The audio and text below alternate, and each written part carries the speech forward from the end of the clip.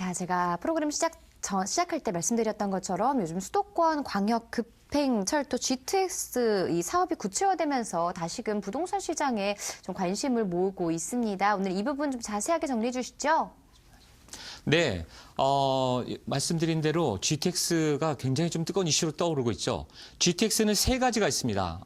여러분 아시다시피 A라인, B라인, C라인 그 세 가지가 존재하는데 A라인이 이미 착공이 돼서 지금 준비 중에 있고요. 계속 지금 진행 중에 있습니다. 근데 최근에 C라인이 예비 타당성 조사를 통과했죠. 그러다 보니까 C라인이 통과해가지고 나타나니까 B라인이 또 얘기가 나오고 있죠. 마지막 남은 거죠. C라인은 여러분 다 아시다시피 의정부에서 삼성역까지 무려 16분에 그리고 수원에서 삼성까지 20분에 엄청난 거리를 단축시키고 그 교통시간의 흐름을 단축시키는 획기적인 사건인 거죠. 그러자 B라인, 송도에서 청량리, 서울까지 오는 건데요. 여기서도 지금 우리도 예비 타당성 조사를 통과하겠다. 하지만 면제시켜달라. 이런 요구들이 지금 나오고 있습니다. 여러분 다 아시다시피 뉴스에 계속 나오지만 송도나 인천에서 계속 예비 타당성 조사 면제 요구를 계속 촉구하고 있어요, 정부에. 그래서 그러자 곳곳의 지자체에서 너도나도 면제를 해달라. 하지만 면제를 하게 되면 국민의 혈세가 낭비될 수 있는 그런 위험성이 있기 때문에 지금 신중히 검토하고 있는 것으로 알고 있습니다. 그렇다면 이 SOC 사업 중에 이 GTX 예비 타당성 조사가 통과됐는데요. 저는 이 점을 꼭 얘기하고 싶어서 오늘 여러분한테 한번 강조해드리고 싶어서 이 자료를 좀 준비했습니다. 왜냐? 예비 타당성 조사를 해도 지금 A라는 지금 착공돼가지고 준비가 되고 있지만 C라인 이제 통과됐죠. 예비 타당성 조사가 통과돼도 무려 시간이 3년이 걸립니다. 착공 21년에 하는 거예요. 중간에 교통영향, 환경, 토지보상 심사, 민자 적격서 검토, 마지막 기본 계획을 수립해서 용역 개발까지 의뢰하는데 3년이 걸립니다. 절대 서두르실 필요 없다. 그리고 어떤 역의 역사가 출구가 어디로 생기는지도 변경될 수 있는 거예요. 확정될 수도 있지만. 그래서 여러분들이 어떻게 될 수 있다? 마치 누군가 그걸 확신을 하고 이곳에 생길 거예요 라고 하면서 그곳에 땅이나 토지나 아니면 상가나 뭘 사신다면 확정되지 않았을 경우에 여러분은 커다란 투자의 위험을 감수해야만 한다. 그래서 결코 조바심을 갖고 투자하지 마시고 이런 기간이 걸린다는 거. 이제 C라인 이제 통과됐습니다. B라인 아직 예비 타당성 조사 아직 들어가지도 않았고요. 한번 들어갔다 떨어졌었죠. 그래서 이런 부분 제가 말씀드리려고 반드시 이 진행 절차와 순서에 대해서 한 번쯤 기억해 두셔야 된다. 3년 정도 시간이 걸린다는 거 기억해 주셨으면 좋겠습니다. 자, GTX A라인부터 한번 그럼 제가 살펴보도록 하겠습니다. GTX A라인 이미 착공이 됐어요. 삼성에서 동탄까지는 이미 이 구간은 이미 착공이 돼서 기존의 거를 이용하기 때문에 문제가 없습니다. 현재 여기서 운정, 저 경기도 쪽에 운정에서부터 이쪽 삼성까지 지금 이제 시작하고 있는 거죠. 근데 왜 그럼 GTX 노선이 대단하냐?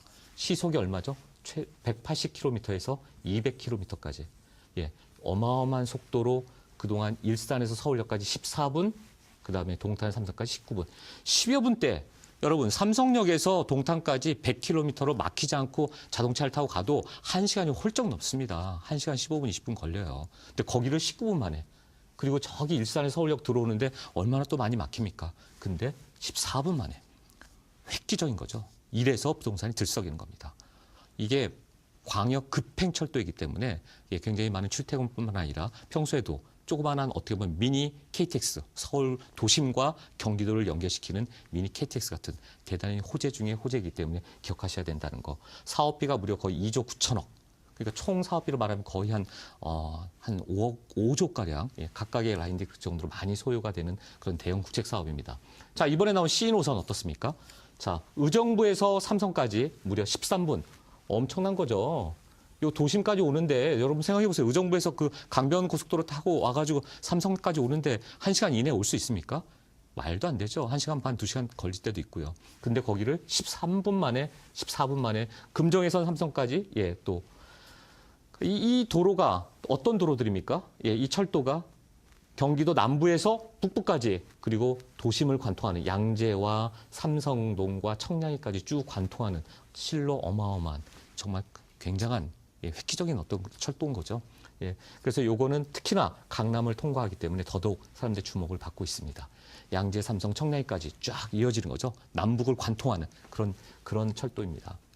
그런 라인인데 B 라인은 어떻습니까? B라인은 여러분 아시다시피 지금 문제가 되는 게 송도에서부터 저 인천 앞바다에서부터 청량리까지 처음에 그 기존 계획이었죠. 근데 예비 타당성은 1.0에 그 어떻게 보면은 그 점수를 받아야 되는데 당시 0.31인가 그래서 떨어졌어요. 그래서 이번에는 청량리에서부터 어디까지 별내, 호평에, 마석까지 더 연장시켜서 예비 타당성 조사를 다시 한번 받고자 하지만 예비 타당성 조사를 통과하기가 쉽지 않을 것 같다라는 전망이 나오니까 현재는 어떻게 됩니까? 예타를 면제시켜달라라고 얘기하고 있습니다. 송도에서 청량리까지 여러분 얼마나 걸릴 것 같습니까? 제가 여기 서울역에서부터 전에 출장 사업을 여러 번 다녔는데요. 출퇴근은 상상할 수도 없고요. 2시간 넘게 걸립니다. 이런 길을 얼마로 당길 수 있다고요? 어마어마한 짧은 시간을 당길 수 있기 때문에 획기적일 수밖에 없습니다. 그러나 예타를 아직도 통과도 하지 않았다라는 점 기억해 주셔야 될 것 같습니다. 제가 이렇게 이 GTX를 말씀드린 건 뭐냐면 이 A라인, B라인, C라인이 어마어마하게 있고 보시다시피 여러 가지 시간들이 다 10분대, 길어야 20분대. 저 끝에서 송도에서부터 서울역 청량리까지, 운정에서부터 삼성까지, 그다음에 용산까지, 동탄에서 삼성까지 모두 다. 그럼 이런 것들에서 여러분들은 어디다 투자를 하셔야 된다고 생각하십니까? 어디가 이 중에 가장 큰 수혜지가 될 거라고 여러분 생각하십니까? 저 멀리 있는 운정일까요? 아니면 부평, 송도 이쪽일까요? 마석, 별내 이런 데겠습니까? 성남, 용인 이쪽일까요? 그래서 제가 오늘 말씀드리고 싶은 거는 이런 지역보다는 여러분들이 어디에 신경 써야 된다? 오르는 것만 오릅니다. 예. 물론 길이 뚫리는 곳에 투자를 하는 것은 분명히 맞습니다. 예. 부동산 명언이죠. 하지만 길이 뚫린다고 아무 데나 다 투자할 게 아니라 바로 핵심 중에 핵심, 노른자로 가셔야 됩니다.